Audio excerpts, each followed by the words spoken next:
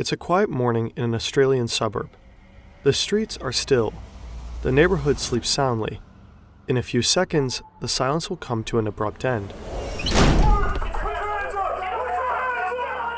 Armed officers will storm through family homes. Flashlights will cut through the darkness, illuminating the startled faces of criminals violently ripped from their sleep. Scenes like these will happen all across the world. A global storm is coming down on organized crime. As the sun is rising from Asia to Europe and finally to the Americas, police in 16 countries will strike. They will raid drug labs, secret warehouses, and private residences. Around 9,000 police officers will make over 800 arrests. Nearly 40 tons of drugs, along with countless weapons and millions in cash and crypto, will be seized. Operation Trojan Shield. First of a kind global operation. The biggest investigation and operation biggest that the criminal sting ever. Entire organized crime rings will cease to exist from one minute to the next. It will be the final act of Operation Trojan Shield. The largest sting operation ever, orchestrated by the FBI and Europol. And at the heart of it all is this phone.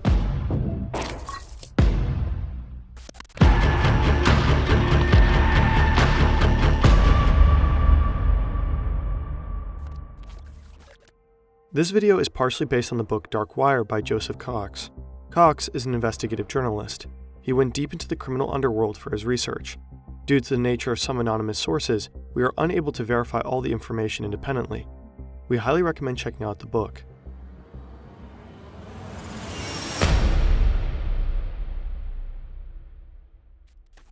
I have a cargo ship with captain on side too. They want to throw over load as they leave. When can we start? I have a job ready as tomorrow to pick up.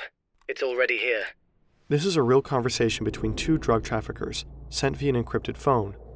Encrypted phones are very special devices. They often lack functions like camera and GPS and are designed to enable more privacy. People use these phones when they don't want to be tracked. Politicians, military, corporations, a wide range of people use privacy-focused devices. The market for these phones is massive. For obvious reasons, they are also very appealing to criminals. Encrypted phones are often modified consumer phones with additional privacy tools. Sky ECC, EncroChat, and Phantom Secure, to name a few, were big players in the crime world. Secure phones like these don't come cheap. Phantom Secure, for example, charged up to $2,000 for a 6-month subscription. This is the price you pay for absolute privacy. Some of these phones come with a very handy feature. So, he picked up the load, and I think he's been arrested and in need. There's a lot of evidence and f***ing shit on my BlackBerry.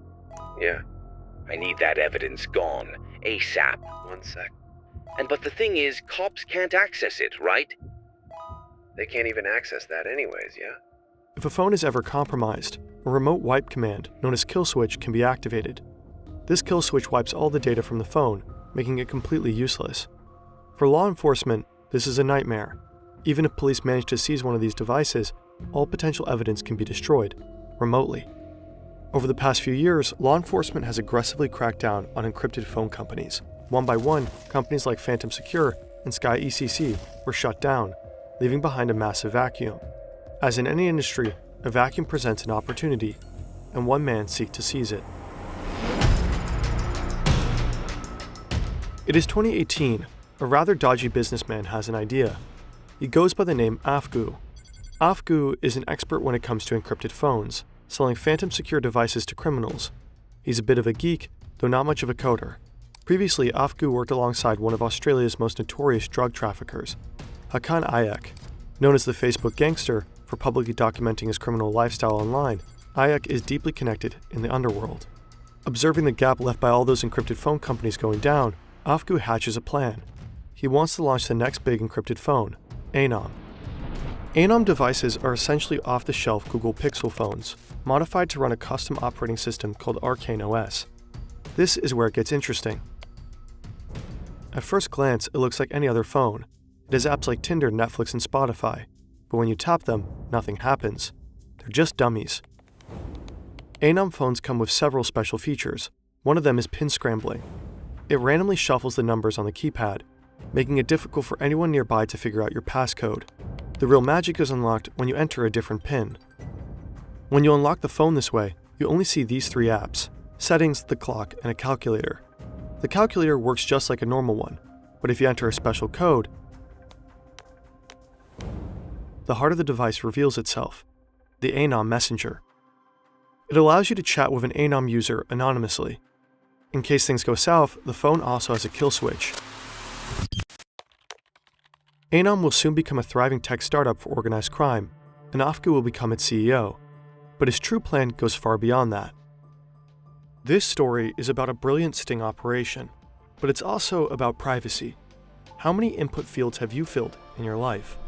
Remember the account from that sketchy online store you ordered from a decade ago, or that weird form about that thing you once cared about? Data brokers are companies that collect your private information from the farthest corners of the internet and sell it often to the highest bidder. That way your data can easily end up in the hands of cyber criminals. Think identity theft, fraudulent loans, and even maxed out credit cards.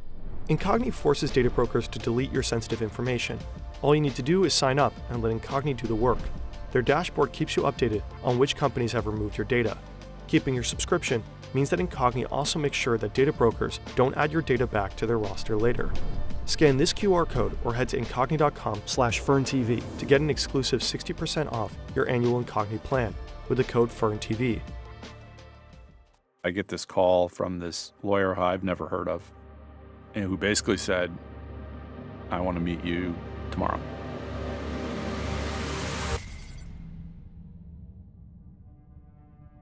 This is Andrew Young. He works for the Department of Justice in San Diego, California. Young and his team are meeting the mysterious attorney. His client, none other than Afgu. Turns out the lawyer reached out to broker a deal. Afgu is offering his product, ANØM, to the FBI. The offer, Afgu will build the next generation of privacy phones, and law enforcement will have total access, a hidden back door. The ultimate get-out-of-jail-free card for Afgu, in case he ever needed one. His personal intentions for that are not clear. Presumably, there's already a lot of dirt on them. Afgu's attorney pitches the phone to the authorities like a Silicon Valley tech demo. Andrew Young and his team quickly realize this could be a once-in-a-lifetime opportunity. What could be more valuable than having control over thousands of devices designed for criminals? Young and the FBI agree to work with Afgu. But many questions remain unanswered. How should the backdoor be implemented in ANØM? And how do you get criminals to start using the phones? And there is of course another major problem. Without evidence of a crime, spying on phones inside the US is illegal. Young is concerned the operation might not get approved by the Department of Justice. So the FBI reaches out to Australian law enforcement instead, and they seem to be stoked by the idea. With the help from the Australian Federal Police, AFP, the first ANØM phones can hit the black market in Australia. The trap is set.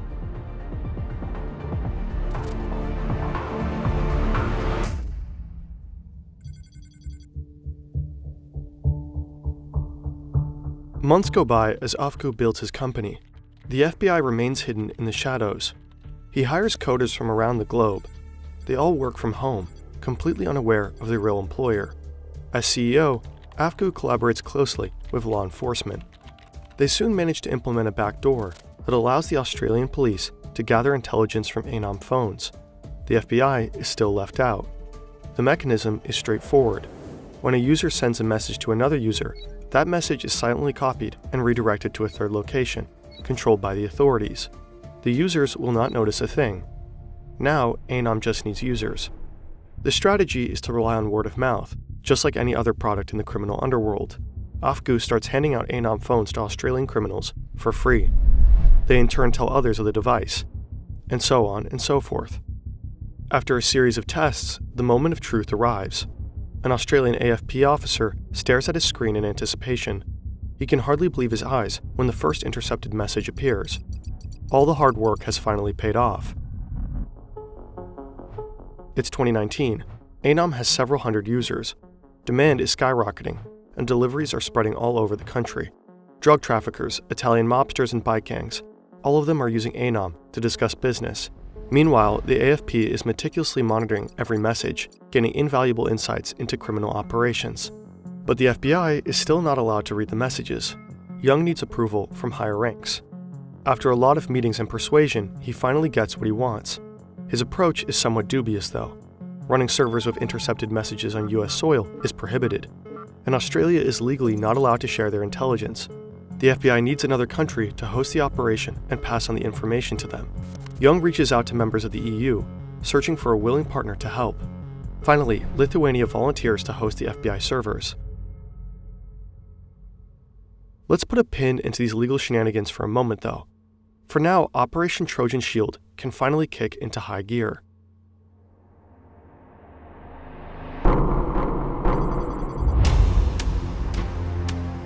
This is Swedish drug trafficker Maximilian Rivkin. His nickname is Microsoft. He has scars on his knees and fingers. His right arm shows a tattoo with 3 monkeys. Don't see, don't speak, don't listen. Microsoft runs a meth lab in Sweden and is well connected in the country's underbelly. He uses EncroChat to communicate with his accomplices. In the summer of 2020, Microsoft receives a weird message. In fact, every EncroChat user receives this message at that very moment. Law enforcement in Europe is cracking down on the encrypted phone company. Microsoft is screwed and urgently needs a new, safer way to conduct his business. So he travels to Istanbul. Here he meets Hakan Ayak, the infamous Facebook gangster. Ayak is working on expanding ANØM's reach and sees enormous potential in the company. The meeting leads to a new business partnership. Both men are convinced that ANØM is the future of encrypted communication for criminals. Together, they set a goal: push ANØM globally and become its biggest resellers. Back in Sweden, Microsoft wasted no time. He begins recruiting a network of people to help distribute ANØM phones across the country. With the downfall of EncroChat, ANØM grows at insane speeds. But users are skeptical. After the recent crackdown, everyone is extremely cautious. Trusting this new phone company is a huge risk. To build credibility, Microsoft tells others that ANØM's founder is on the run from the FBI. If even the FBI can't crack the platform, they all should be safe. In a fairly foolish display of trust, he even sends photos of his own Swedish ID card over ANØM to reassure his contacts. Meanwhile, law enforcement is watching the whole drama from a distance. FBI agents are analyzing all the messages, including those from Microsoft. Everything is unfolding just as planned. ANØM spreads autonomously and self-propelled within the criminal underworld. But one day, an officer reads a series of very concerning messages. Apparently, Microsoft is planning to murder a former cafe owner in Stockholm. Convinced that the man owes him $800,000, Microsoft hires a hitman. In a group chat, the hitman suggests to disguise himself as a delivery driver, approach the target's door, and take him out on the spot. Microsoft loves this. At this point, the Swedish police realize the threat is about to become real. The police has no choice but to warn the target. The assassination fails. ANØM is never mentioned as a source. It's 2021. ANØM has spread at a phenomenal rate. With around 12,000 users and millions of messages sent in 45 different languages, the sheer volume of data has become overwhelming. FBI agents are sifting through countless messages from all over the world, ranging from drug deals and murder-for-hire schemes to money laundering operations, and even the occasional unsolicited pic. When lives are at risk, the police are forced to intervene. ANØM, however, can never be named as a source during fieldwork, or the entire operation would be exposed. The secrecy of the operation is paramount. With every new user, this problem multiplies. Eventually, the flood of intelligence becomes too much to process.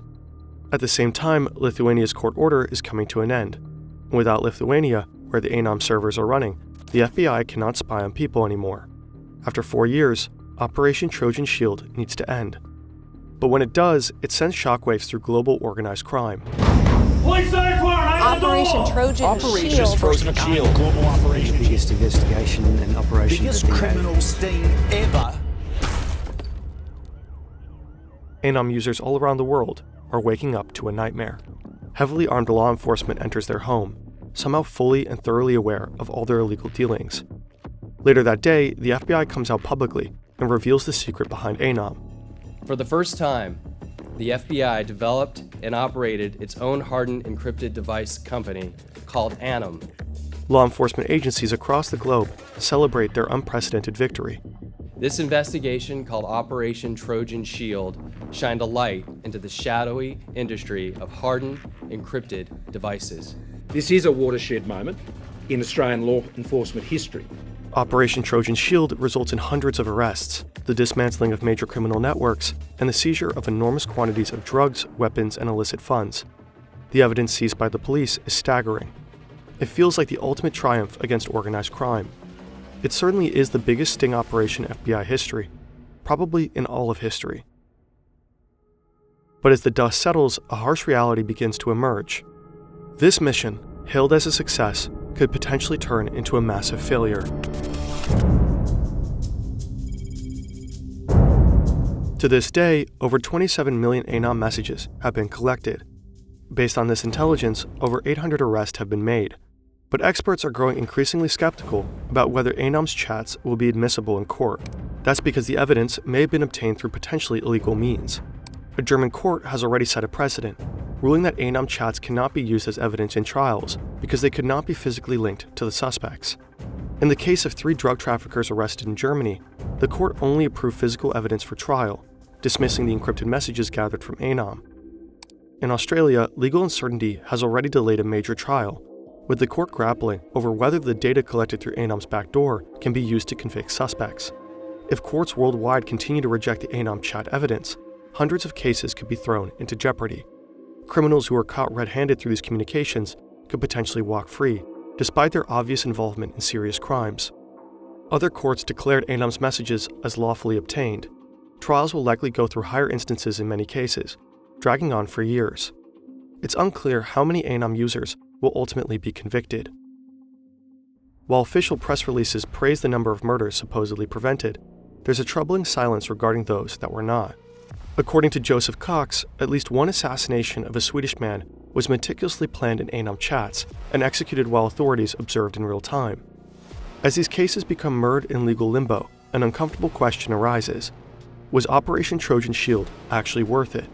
If key evidence is dismissed and trials are delayed or overturned, the operation's long-term impact may be far smaller than law enforcement had hoped. And there's another dilemma here, one that affects us all. It's about privacy. Today, almost every popular messenger is end-to-end encrypted. Preserving privacy is essential. It's a basic right. Encryption technology is not just for criminals. Journalists, human rights activists, and dissidents from authoritarian regimes rely on encrypted messaging. Privacy concerns all of us. Data abuse can affect anybody. You might instinctively want to respond that you have nothing to hide. Even if that were true, what if you lived in a totalitarian state, rather than a liberal democracy? Would that stance still hold?